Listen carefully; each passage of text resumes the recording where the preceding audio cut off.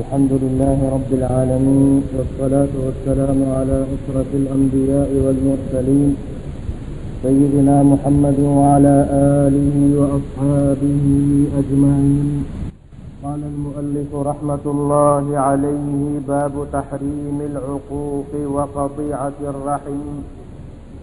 قال الله تعالى: فهل عسيتم إن توليتم أن تفسدوا في الأرض وتقطعوا أرحامكم أولئك الذين لعنهم الله فأصمهم وأعمى أبصارهم.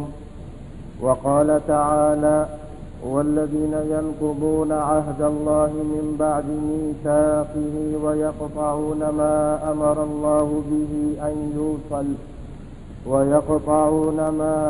الله به أن يوصل ويفسدون في الأرض أولئك لهم اللعنة ولهم سوء الدار.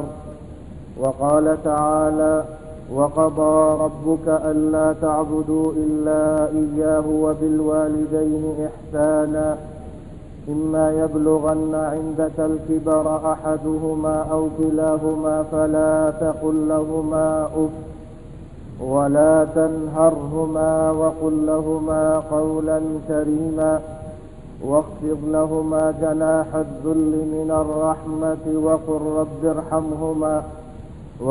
رب ارحمهما كما ربياني صغيرا. وعن أبي بكرة نفيع بن الحارث رضي الله عنه قال: قال رسول الله صلى الله عليه وسلم: ألا أنبئكم بأكبر الكبائر؟ ثلاثا. قلنا: بلى يا رسول الله. قال: الإشراك بالله وعقوق الوالدين. وكان متكئا فجلس فقال: ألا وقول الزور وشهادة الزور. فما زال يكررها حتى قلنا ليته سكت. متفق عليه. وعن عبد الله بن عمرو بن العاص رضي الله عنهما عن النبي صلى الله عليه وسلم قال: الكبائر الإشراك بالله وعقوق الوالدين وقتل النفس واليمين الغموس. رواه البخاري. واليمين الغموس التي يحلفها كاذبا عامدا سميت غموسا لأنها تغمس الحالف في الإثم. وعنه أن رسول الله صلى الله عليه وسلم قال: من الكبائر شتم الرجل والديه. قالوا: يا رسول الله، وهل يشتم الرجل والديه؟ قال: نعم، يسب أبا الرجل فيسب أباه ويسب أمه فيسب أمه. متفق عليه. وفي رواية: إن من أكبر الكبائر أن يلعن الرجل والديه. قيل: يا رسول الله، كيف يلعن الرجل والديه؟ قال: يسب أبا الرجل فيسب أباه ويسب أمه فيسب أمه.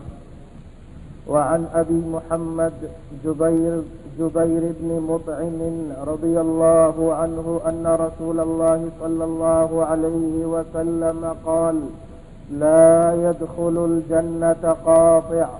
قال سفيان في روايته: يعني قاطع رحم. متفق عليه. وعن أبي عيسى المغيرة بن شعبة رضي الله عنه عن النبي صلى الله عليه وسلم قال: إن الله تعالى حرم عليكم عقوق الأمهات ومنعا وهات ووأد البنات وكره لكم قيل وقال وكثرة السؤال وإضاعة المال. متفق عليه.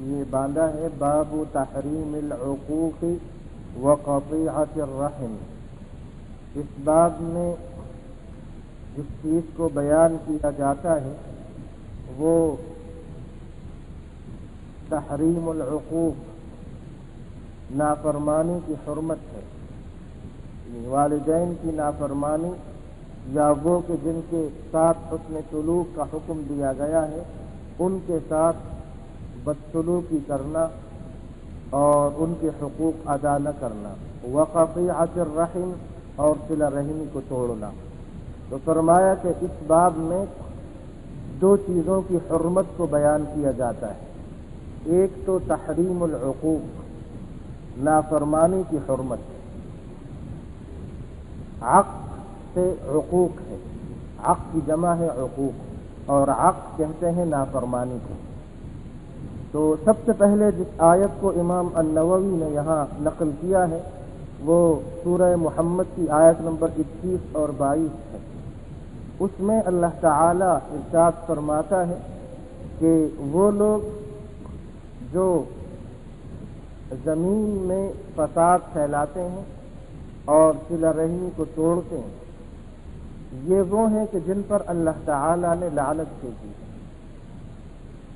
اور لعنت ایسی کہ یہ ہدایت والی اور صحیح کسی بھی بات کو قبول کرنے پہ آمادہ نہیں ہے، اور اللہ تعالی نے ان کو بالکل اندھا کر دیا کہ حق اور ہدایت کو دیکھنے سے بھی یہ محروم ہو گئے۔ تو فرمایا فَهَلْ عَصَيْتُمْ إِن تَوَلَّيْتُمْ أَن تُفْسِدُوا فِي الْأَرْضِ وَتُقَطِّعُوا أَرْحَامَكُمْ أُولَئِكَ الَّذِينَ لَعَنَهُمُ اللَّهُ۔ کیا یوں ہے کہ جب تمہیں موقع ملے تو تم زمین میں فساد پھیلاؤ گے اور صلہ رحمی کو توڑو گے؟ جو لوگ یہ کام کریں گے اولئک الذین لعنہم اللہ، یہی ہے وہ جن سے اللہ نے لعنت کی۔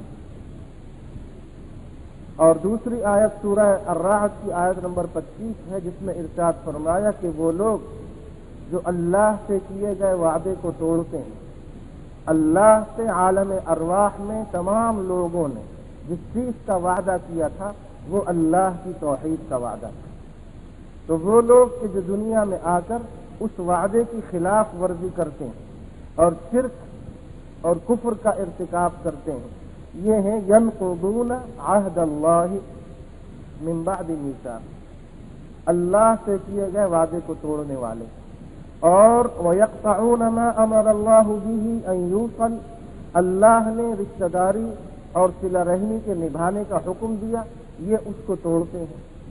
اور تیسری چیز یہ کہ زمین میں فساد پھیلاتے ہیں۔ تو جو شخص اور جو لوگ یہ کام کریں کہ شرک اور کفر کو اپنا لیں اور صلہ رحمی کو اس کو نبھانے کے بجائے قطع رحمی کو اپنائیں اور اس پر عمل کریں اور زمین میں فساد پھیلائیں، تو فرمایا اولئک لہم اللعنۃ ولہم سوء الدار، ان لوگوں پہ اللہ کی لعنت اور ان لوگوں کے لیے بہت ہی برا ٹھکانہ جو کہ جہنم ہے۔ اور تیسری آیت اس باب کی سورہ الاسراء یعنی بنی اسرائیل کی آیت نمبر 23 اور 24 ہے، جو اس سے پہلے کئی ابواب کے شروع میں گزر چکی ہے۔ سب سے پہلی حدیث جو یہاں انہوں نے نقل کی ہے وہ متفق علیہ حدیث ہے، اور یہ نفیع بن حارث رضی اللہ عنہ نے اس حدیث کو روایت کیا، اور یہ صحابی وہ ہیں جنہوں نے اس حدیث کو بھی روایت کیا جو ہم نے اس کتاب کے پہلے باب کے شروع میں پڑھی تھی، اور وہ حدیث نمبر 9 ہے۔ اس حدیث کو بھی انہی ابی بکرہ نفیع بن الحارث نے روایت کیا تھا، تو ان کی مختصر زندگی کے حالات وہاں ہم نے بیان کر دیے۔ جس حدیث کو یہاں امام النووی یہاں نقل کرتے ہیں وہ متفق علیہ حدیث ہے۔ اس میں یہ آتا ہے کہ آپ علیہ الصلاۃ والسلام نے 3 بار ارشاد فرمایا الا انبئکم باکبر الکبائر، الا انبئکم باکبر الکبائر، الا انبئکم باکبر الکبائر، کیا میں تمہیں کبیرہ گناہوں میں کے سب سے زیادہ بڑے کبیرہ گناہوں کے بارے میں نہ بتا دوں؟ یعنی جو گناہ کبائر کبیرہ گناہ ہیں ان میں پھر جو بہت زیادہ بڑے گناہ ہیں، شدید وعید والے گناہ ہیں، کیا میں تمہیں ان بڑے بڑے گناہوں کے بارے میں نہ بتاؤں؟ 3 مرتبہ یہ جملہ ارشاد فرمایا تو صحابہ رضی اللہ عنہم نے عرض کیا کہ بلا یا رسول اللہ، کہ ضرور اے اللہ کے رسول ہمیں آپ بتائیے۔ تو آپ نے ارشاد فرمایا کہ پہلا بڑا جرم جو تمام کبیرہ گناہوں میں سب سے بڑا کبیرہ گناہ ہے وہ ہے الاشراک باللہ، اللہ کے ساتھ کسی اور کو اس کا شریک ٹھہرانا۔ شرک یہ بڑے گناہوں میں سب سے بڑا گناہ ہے، اور ارشاد فرمایا کہ دوسرے نمبر پہ وعقوق الوالدین، اور والدین کے ساتھ نافرمانی کرنا، والدین کے حقوق نہ ادا کرنا، حقوق کو ادا نہ کرنا، اس کو عقوق اور عق کہتے ہیں، یعنی والدین کی نافرمانی۔ یہ کبیرہ گناہوں میں دوسرے نمبر کا بڑا کبیرہ گناہ ہے۔ اور ارشاد فرمایا کہ وَكَانَ مُتَّكِئًا، جب آپ علیہ